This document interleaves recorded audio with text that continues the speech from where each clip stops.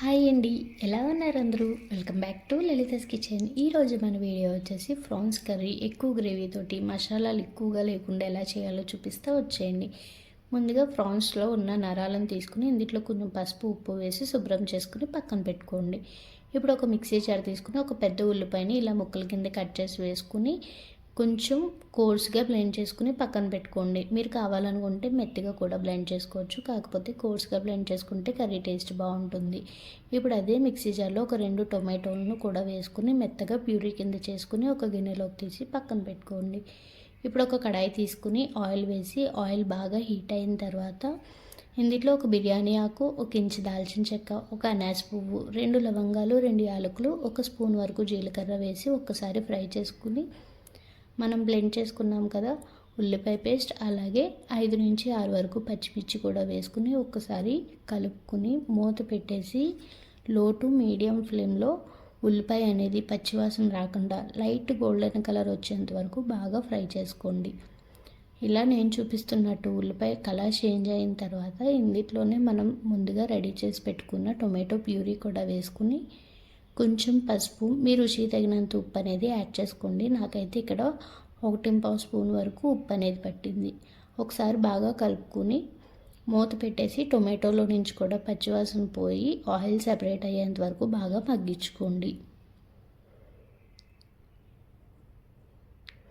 టొమాటోలో నుంచి ఇలా లైట్గా ఆయిల్ సెపరేట్ అయిన తర్వాత ఇందులోనే 1 స్పూన్ వరకు ఫ్రెష్గా దంచుకున్న అల్లం వెల్లుల్లి పేస్ట్ వేసి పచ్చివాసన అనేది పోయేంత వరకు బాగా ఫ్రై చేసుకోండి మీడియం ఫ్లేమ్లో పెట్టుకుని.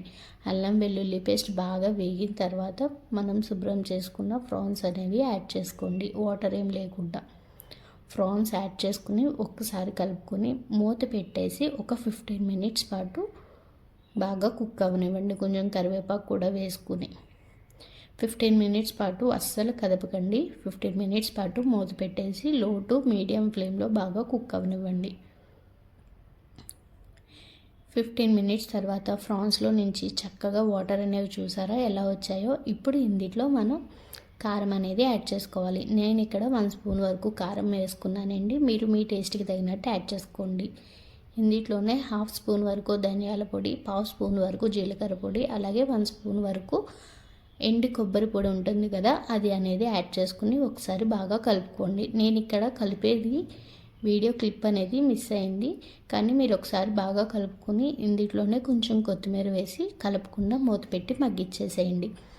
ఇలా మగ్గిన తర్వాత ఇప్పుడు ఇందులో కొంచెం గ్రేవీ కన్సిస్టెన్సీ తగ్గట్టు వాటర్ అనేది యాడ్ చేసుకోండి. నేను ఇక్కడ ఒక 1/2 గ్లాస్ వరకు వాటర్ యాడ్ చేశానండి, కానీ నాకు కొంచెం వాటర్ అనేవి తక్కువగా అనిపించినాయి, అందుకే ఇంకొక 1/2 గ్లాస్ వరకు వాటర్ అనేది యాడ్ చేశాను.